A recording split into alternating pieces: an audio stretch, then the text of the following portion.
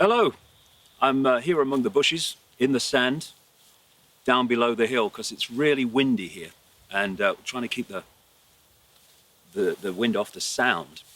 But wherever I'm standing, what's behind me, almost everyone will recognize. It's one of the great global landmarks, and so it should be. I've been in Australia now for a couple of weeks, just over a couple of weeks. Spoke in Perth, spoke on the other side of Australia in the Gold Coast, both of them fantastic events. I mean, the energy now is unbelievable that's coming from these collective energy fields. We call these speaking events. Actually, they're energetic events. And for the last few days, in a little break before all the talks start again, I've been making my way with some great people south from Alice Springs. Kind of iconic name is Alice Springs in Australia, in the Northern Territories. It's about 5 hours drive from here. And I've been working my way down to this place, known to the Aborigines as Uluru, and given a new name by the colonialists, in many ways better known at this point, Ayers Rock. When I had my experience 21 years ago, when the top of my head blew off and I started seeing the world in a completely different way very quickly, I started to understand that the Earth was like the human body. The human body has meridian lines of energy going through it, carrying information which the body is decoding. And the Earth is the same, because we live in a holographic reality, which is illusory physical. It means that we live within an incredible characteristic of holograms, and that is that every part of a hologram is a smaller version of the whole. So you go to any lower part of the hologram and you find it's a smaller version of the whole hologram. And so all over the world are microcosms of the greater picture, the greater energy field. But some are, shall we say, more powerful than others. Because we live in a holographic reality, which is where we get as above, so below from, what passes for the human body in terms of energy lines and meridian lines of information on the higher level of the hologram, what we call the planet, the Earth, the same applies. And I started to realize when I started to wake up in 1990, 91, that the Earth had particular power points. There's got many, many power points where these energy lines, ley lines, meridian lines cross, but there are particular ones that are absolutely of global importance. And I was looking at them and reading about them, but one stood out all that time ago more than any other, and that was this incredible rock known as Uluru. It's like when you first see it, it's surreal. It's like what it must have been like when someone first saw a giraffe. I can't be seeing it. It can't be real, because around this area, it's low landscape pretty much, and then suddenly, out of this pretty much flat landscape, soars this extraordinary and massive red rock. And you see the classic view of Uluru, and it's kind of like a flat little thing, oblong shaped thing. But when you get close to it and you go around it, it is absolutely extraordinary. Every time you move an angle, every time the light changes, something new appears to you in the rock. And the rock from 1 minute to another can look totally different. And it's incredible when you just sit there and you look at it, and you're seeing images in the stone, and then the light will change, or you'll change your angle, and suddenly you'll see other images. And it's like it's not what Uluru is so much as what the observer makes of it, as they use their right side of the brain and their imagination to see what it means to them. It's extraordinary. I remember Credo Mutwa, the Zulu shaman, gave me a gift once, and it was just a piece of wood. And I said, "What's that?" He said, "Well, it's not meant to be anything." He said, "We don't give gifts that look like obviously what they are. We give gifts that say to the receiver, see in it what you choose to see in it. In other words, get the imagination, get that right side of the brain going." And Uluru is just extraordinary when you go around it. It's like a few minutes after you've seen it from one angle, it's like you're looking at a completely different rock, a completely different place. Extraordinary and memorable. And I've wanted to come here for 20 years or so, and sometimes, well, often you do that, and you come to places and you think, well, that wasn't quite what I expected. Well, this was what I expected. But it was more than that. It's not just a rock that gives you incredible inspiration for your imagination. It's also a gigantic energy field. And over that direction is another rock, or a series of rocks, which the colonialists called Olga, the Olga rocks, and the Aborigines call Catachua. And that means many heads. And when you see it from a distance, you can see why they call it many heads. But once again, you've got this flat landscape going out from Uluru and out into the distance to the horizon. And then suddenly there's this other group of rocks that just soar from the earth. It's an extraordinary sight. And you start to understand that actually under the ground, these two rocks, quite a distance apart, but you can see them from one spot. That rock goes under the ground, and the two are actually extensions, like tips of the iceberg, if you like, of the same underground rock formation. And I went to the many heads, the Olgas, the Catachua, yesterday, and I was just as impressed with that as I was with Uluru. So I walked between two of the great mountains, like walls of red rock. And red rock for me has always been the most powerful, in the most powerful places that I visited. When I had my experience in Peru in 1991, I was going around places with red rock and red soil. Arizona has always attracted me in the United States because of the red rock and the red soil. And then you come down to this incredible place, and it's the red rock and the red soil and the red sand. There's something energetically about that, which is phenomenally powerful, I've found anyway, all over the world. So I was walking through many heads, Catachua, these walls of red rock. And as I was walking along, I knew I could see it. There was a seat, because I'm getting on in years, you see. I've got to have a seat. And I can't sit cross-legged on the ground. I haven't sit cross-legged on the ground since the age of about 30 seconds. So I walked through, and there's this seat sitting there, or there so I could sit there. And I'd known it was going to be there. You know, these things happen sometimes. So I sat there, and for about 40 minutes, I had this incredible experience, energetic experience, where it was coming through my feet, and it was coming in the top of my head, and there was an interaction between my energy field and the energy field of the rocks of the place. And this is this misunderstanding that so-called Western culture has for the reality that we're experiencing. We are multi-level beings. This reality is multi-level. The base state of this reality is waveform, vibrational information, waveform information.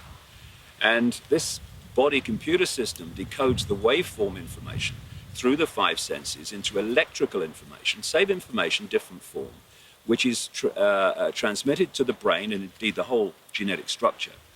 And we construct this holographic digital reality that we think is the physical world. But it's not physical at all. It's just illusory physical. It's what we call holographic. And therefore, when we see Uluru or Katachua, we see a rock with our five senses. We see we might even think it's beautiful. We might think it's impressive and amazing, but we still see a rock, an inanimate object. Inanimate objects have no intelligence. They're just rocks. But when you realize the multi-level nature of reality, then solid as those rocks seem to be, inanimate as they seem to be, they are conscious, because everything is conscious. You know, the experiments that have been done now with water show absolutely conclusively that water has a consciousness. It has a memory. And there's an organization in Germany called the Aerospace Institute in Stuttgart. And they've done a lot of research and perfected a way of photographing information in water droplets. And so what they've done is, one of their experiments, they've got a canister of water and they've put a flower in the water, taken the flower out, taken droplets from that water, that canister of water, and put them in little dishes, and then looked at the information inside them. Every single droplet of water in that big canister with one flower has the flower information in the droplet. And so everything is conscious. The same way that that principle applies to water, so it applies to rocks. Because we see the holographic level of the rock, which is this rock-hard substance. But you go back from the holographic that appears physical, back through the digital to the electrical to the waveform vibrational information construct from which that holographic, apparently physical rock is projected. And you can interact with apparently inanimate objects on that vibrational electrical level. And you can exchange information. And this is one of the big things that was going on, is still going on, though, of course, not consciously these days, with the great stone circles, where they were using crystalline rocks in the great stones because they were receivers and transmitters of information. And you could go there to the rocks, you still can today, if you know what you're doing, and you can exchange information with those rocks in the stone circles, those great stones in places like Avebury and Stonehenge. And so you can here. And so on one level, you're looking at inanimate rocks. On another level, the real level of prime reality, you're looking at a gigantic electromagnetic field, which in the same way as water retains information. It has a form of consciousness. If it doesn't have a form of consciousness, it can't exist, because everything is consciousness. Different levels of consciousness, different levels of awareness within consciousness, but still they're conscious. So here we have these great, amazing rocks here in Australia. And they've been around, well, goodness knows, millions of years, millions and millions of years. I mean, so bloody long, it doesn't matter. Right back into prehistory. And in the same way that the oceans have been picking up more and more information and retaining it, so the electromagnetic fields of these rocks have been too. This may seem to be just an amazing natural phenomenon of two great rock formations in this wonderful place. But what it is a gigantic electromagnetic library of extraordinary levels of knowledge about what has happened, not just in this area, but what has happened to the world, because this magnetic field we call Uluru and Katachua are interacting with the Earth's magnetic field. So they're feeding off that information and retaining that information as well. So in this place, if you can find the key, is the whole history of this planet from the time that this was formed. It's understanding how reality works. It's understanding what's happening in the world today. It's understanding what's happening in so many levels that we don't see and we don't understand. And it's just sitting there, vibrating to certain frequencies. But there's a fail-safe mechanism, which is preventing people who would abuse that knowledge from accessing it. Because the key to accessing this extraordinary, almost infinite library of information and knowledge and understanding is you and me. We are the key. We are the key to open the lock that releases that knowledge, releases that information. And the key is, are you vibrating in a certain frequency band which will sync you with that information in these electromagnetic fields? If you are, and to do that, you need to come from a place of integrity, where you are going to use that information for the benefit of all. You're not going to abuse it. You don't want it for power over. You want it to empower others as well as yourself. Then you can make that electromagnetic connection. You can put that electromagnetic vibrational key in that door and open it, and it's released to you. And anyone can do it as long as you are in that frequency band. And since I've been here, I've just had some really extraordinary experiences. First of all, at Katachua, I just mentioned, but then earlier today, and since we got here yesterday from a further distance, I've felt the energy field of Uluru. And together they are the most extraordinary, I don't, whether you'd call it spiritual, it has connotations, the most extraordinary rock consciousness, I guess, that I have come across. And I'm not going to leave here the same person that arrived. And so many people come here. I mean, the tourist industry is unbelievable. And they pass through, and oh, that's a nice rock, and good luck to them. But they get nothing because they are not within this vibrational frequency band where they can access the true nature of this place. And this is not just the case with where I am now in Australia. It's the same in all these great, what are called sacred places around the world, where amazing information is sitting there just waiting to be accessed. And when you do, you might not get these great revelations, although you can, but in the days and the weeks, this is my experience anyway, in the days and weeks that follow, somewhere come these insights, these sparks of understanding, sparks of intuitive inspiration. Oh my God, yeah, of course, yes.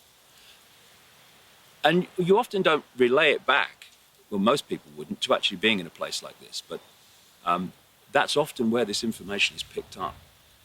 And you know, when you start to see the world like this, and you realize that everything has a consciousness and everything is retaining information, it puts in a totally new light what is happening to the planet's oceans.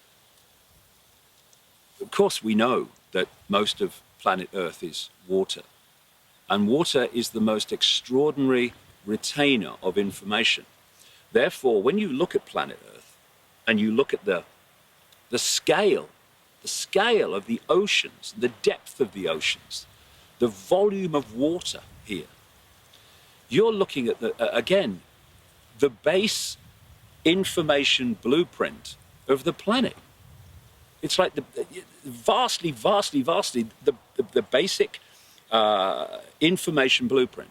And of course, that has a vibrational level, an electrical level, like everything else. But even on the level we're talking about, this vast information blueprint. Now, what happens if you pour, I would say on purpose, from my perspective of what happened, extraordinary amounts of oil into the Gulf of Mexico? What happens when you pour radiation, increasingly, look at Fukushima, into the oceans, and all this other pollution and debris that goes into the oceans or goes into the rivers? Once again, when we look at the physical, holographic level, it's like horrible pollution. Oh, it's terrible, that oil, and oh, look at what it's doing. But you go back to the base construct of this reality, and you're looking at a massive information distortion, like a computer virus, within the base information construct of the planet. You can rewrite and completely distort the original blueprint for this reality by distorting the oceans alone.